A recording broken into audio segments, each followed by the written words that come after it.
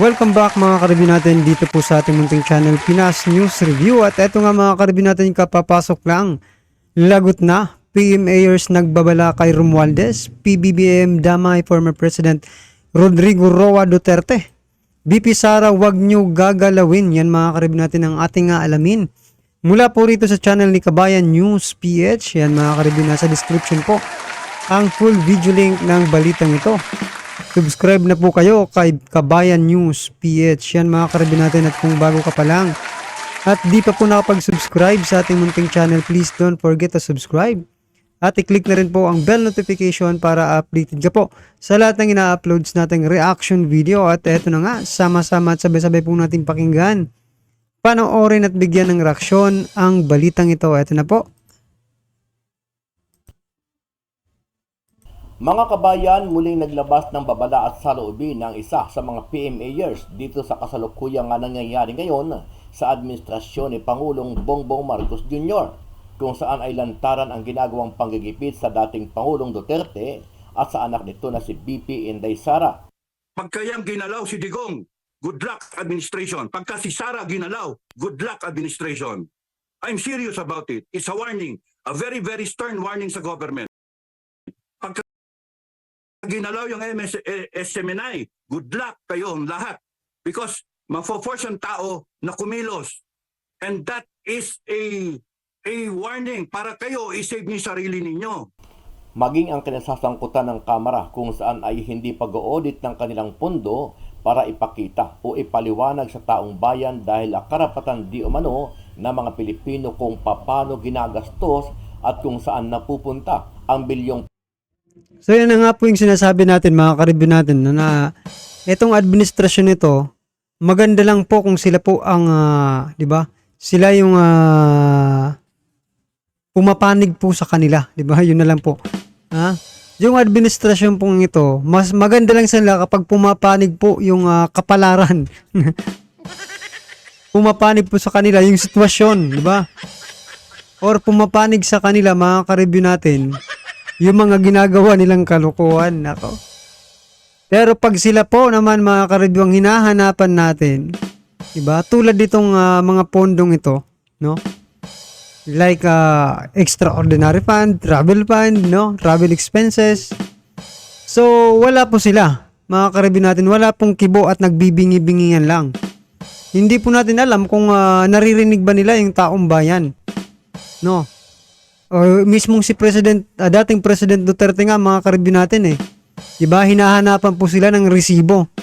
Pero wala, nagkibit balita, diba? Wala po silang parang bulag po sila at bingi dito sa ating gustong malaman sa kanila mga karibyo natin, no? Kung saan ba talaga nila, no? Ginagastos bilang sana magkaroon sila ng transparency, no, mga karibin natin, sa ating lahat, kasi tayo naman po ang nagpapasweldo sa kanila, no? Saan ba sila kumukuha ng pera, di ba? Sa kaban ng bayan, sa mga taxes po ng taong bayan, at isa ka na po doon mga karibin natin, ha? Pisong pondo ng Kamara mula sa mga taxes ng taong bayan. May question sa pera, sagutin ninyo. Congress, Senate, sagutin niyo yung pera. May question sa pamamalakad ng Presidente. Mr. President, binoto kita. Sagutin mo yung query ng mga tao, magpakita ka. They are looking for a leader. They deserve a leader. Samantala, maging ang abogado at dating legal counsel ni dating Pangulong Duterte na si Atty. Panelo ay hindi rin napigilang magbigay ng komento at sama ng loob kaugnay naman sa pagsuspinde sa prangkisa ng SMNI ngayong holiday season. Magpapasara ka ng isang network nang hindi mo malang dinidinig kung anong mga violation to, sinuspindi mo na agad. 30 days pa at tinaon mo pa sa holiday. Hindi ka makapag-file ng ura-uradang appeal para pumunta sa Supreme Court. Talagang lantaran niya. Sabi ko it's a brazen assault and it's totally abhorrent and constitutionally impermissible. Maging si BP Sara ay nagbigay na rin ng pahayag at pagkondena kung saan ay naging emosyonal sa nangyaring pamamaslang ng mga rebeldeng grupo na ikinasawi ng isang Sergeant Arellano dyan sa Batangas City. Mga kababayan, gusto kong malaman ninyo na ang tanging layunin ng CPP, NPA at NDFP ay sirain ang pundasyon ng ating demokrasya, pabagsakin ang mga institusyon ng pamahalaan at kaladkarin tayo sa kahirapan, kaguluhan at kawalan ng hustisya. Nasawi si Sergeant Remeliano nito lamang December 17 sa Balayan, Batangas, habang nakikipaglaban sa teroristang New People's Army, ang armadong puwersa ng Communist Party of the Philippines. Ano ang So yan mga karibin natin, sige, peace talk pa tayo. Mga karibin natin, makipag-peace talk pa tayo dito sa mga anong ito. Diba? Sa mga kaliwa, mga karibin natin. Oh. Yan ba? Yan ba mga karibin natin ang gusto nyo makipag-peace talk dyan? No? Open pa talaga tayo sa kayo, mga karibin natin ha. Itong ating administrasyon ay open sa pakikipag-peace talk dito sa mga kaliwa, mga karibyo natin. Tingnan nyo naman yung ginawa, mga karibyo. Ganyan ba talaga? Ay, nako. Alam nyo mga karibyo natin, parang wala tayong, parang gustong bumalik nito sa dati. Diba? Alam nyo po ba, di ba yung sinasabi ko, gusto nyo po bang bumalik tayo sa dati? Mga karibyo natin. Diba? Napakagulo. Eh, wala tayong magagawa dyan kung yan po ang gusto ng ating presidente. Diba? sabi mo dito, kabayan? Naniniwala ba kayo na patuloy na umaatake ang kampo de Pero eto lang mga karibin natin, may nag-comment po kahapon dun sa isa nating video. Sabi niya po mga karibin natin taong bayan po ang magdidesisyon, no? Hindi po si PBBM, sabi niya. Kapag taong bayan na po ang magkaisa, wala pong magagawa si Speaker Romualdez, maging po ang presidente. Sabi niya sa comment niya, no? Well, tama naman po mga karibin natin, kapag tayong lahat po ang nagkaisa at umayaw na po tayo dito sa mga ginagawang kalokohan ito, wala po silang magagawa. Kaya nga hiram lang po nila yung mga posisyon nila dyan eh. Bakit po nila inaabuso? Diba? Dapat nga concern sila sa taong bayan mga karibin natin. Pagkat, diba, anytime pwedeng kunin sa kanila yung posisyon nila kung talagang gugustuhin ng taong bayan. Romualdez para gipitin at pabagsakin si Pangulong Duterte at ang anak nito na si BP Inday Sara. Sama-sama nating panuorin ang buong video at pakicomment nyo po ang inyong mga reaksyon at sariling opinyon. Pero bago yan, muli po ako nag-iimbita sa mga hindi pa po nakasubscribe sa ating channel na Kabayan News PH, pakipindot po ang subscribe button at pakiclick na rin ang notification bell para lagi kayong updated sa mga bagong upload natin na legit at napapanahong balita. Maraming pong salamat. Pagkayang ginalaw si Digong, good luck administration. Pagka si Sara ginalaw, good luck administration. I'm serious about it. It's a warning, a very, very stern warning sa government. Pagka ginalaw yung SMNI, good luck kayong lahat. Because mafo-force ang tao na kumilos. And that is a warning para kayo i-save niyo sarili ninyo. Administration. Bakit nyo, ako kukwestiyonin nyo, sasabihin, destabilizer. Hindi ganun yung sagot. Dapat ang sagot, ano ang problema? Ano ang kasalanan namin? And then you communicate with the people. The people who voted you, the people who gave you the power. You start serving the people. Kung kinu-question ng tao, teka muna, bakit ganyan yung pera namin? Yung mga nagtatrabaho, yung iba nga nagdidildil ng asin eh. Iba, hindi maparal yung mga anak. Hindi trying to make ends meet. Anong klase yan? Tapos nun, madidinig mo, may mga bonuses itong mga to. At tataas na sweldo. Mali yun. Kaya sagutin niyo yung tanong ng tao. Saan mapunta yung sobra? Sinoli nyo ba? O dinikter ninyong savings? O kaya inallocate nyo sa kung whatever. Explain yung mga allocation na yan, yung mga budget na yan. Bakit mga iba magbabudget ang higpit ninyo sa mga resibo? Bakit yung kayo, honorable? Anong pagkakaiba? Honorable din itong mga sundalo, honorable din itong mga government employee. Ba't kayo lang ang may monopoly o pa being honorable? Hindi. We want you to address our grievances. May question sa pera, sagutin ninyo. Congress, Senate, sagutin nyo yung pera. May question sa pamamalakad ng presidente. Mr. President, binoto kita. Sagutin mo yung query ng mga tao, magpakita ka. They are looking for a leader. They deserve a leader.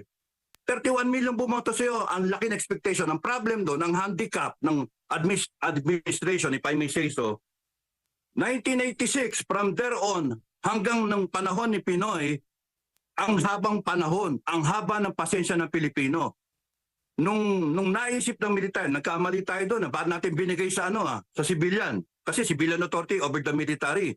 So, nagkamali tayo doon. At kaya ano nangyari? Sunod-sunod yung kudeta. Sunod-sunod. And then yung bloody noong 89, ayaw na ng military kasi tayo uniform to uniform, bakit tayo magpapatayan dahil sa mga politiko na yan? Hindi. Kaya yung nangyari yung kay-era, withdrawal of support ang nangyari. Kaya the armed forces is witness to that. Nung nangyari yan, yung mga nakaupo ngayon, panay mga high school pa lang sila, nanonood sila. At yung mga bata, tinatanong, bakit nagbabaril? Bakit binobomba yung Makati? Bakit binobomba yung ganito, yung Aguinaldo? Kaya nga lahat yan, we are all part of our own history. So hindi pwedeng pabayaan lang natin yan.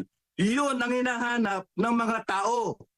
BBM administration, yun ang hinahanap. Now, if you start attacking Duterte, wala. You will go down. Yun ang problem. If you do not understand what the Filipino is thinking, how the Filipino feel, and you will continue to suppress the Filipino people, good luck sa inyo. That's why we have to save the government. Because it's unit team. Yun yung pinaniwalaan ng tao. Unit team. Marcos, VP Sara. Yun dapat. Kaya dapat ang presidente magsalita siya na yung Duterte, wag niyong pakikialaman. So yan mga karibin natin, no? Tama po dito yung sinasabi ni Sir, no? Yung about po dun sa kagustuhan ng Pilipino, dapat alam po yun ng mga politiko, mga karibin, ng administrasyong ito. Ano po ba talagang gusto? Gusto ba ng mga Pilipino si Duterte, mga karibin natin, yung mga Duterte? Oo. Diba? Yan ang masasabi ko. Oo, gustong gusto po namin, no? Ang mga Duterte dahil tapat po sila sa kanilang panunungkulan, di ba? Ngayon kung titirahin nyo, di ba? Siyempre mahal po yan ng taong bayan. Hindi po papayag ang taong bayan na ganun-ganunin nyo na lang po ang dating Pangulong Duterte. Na itinaya niya po ang kanyang buhay dyan, mga karibyo natin, no? Sa war on drugs na yan. Kaya nga tama po yung sinasabi ni Sir dito ni General, no? Na wag niyong gagalawin yung mga Duterte, no? Kasi pag ginalaw niyo yan, mga karbi natin, taong bayan po ang makakalaban ninyo. So mukhang hindi po napag-aralan ito ng mga politiko, mga karbi natin. Akala po nila na kapag tinira nila ang mga Duterte, no? Pag ginalaw po nila yung mga Duterte, isusunod sa kanila yung taong bayan. No? Anong akala nyo sa mga Pilipino? Walang sariling pag-iisip? Nakasalalay na lang ba? Sa inyo? Na mga politiko, mga karibyo natin?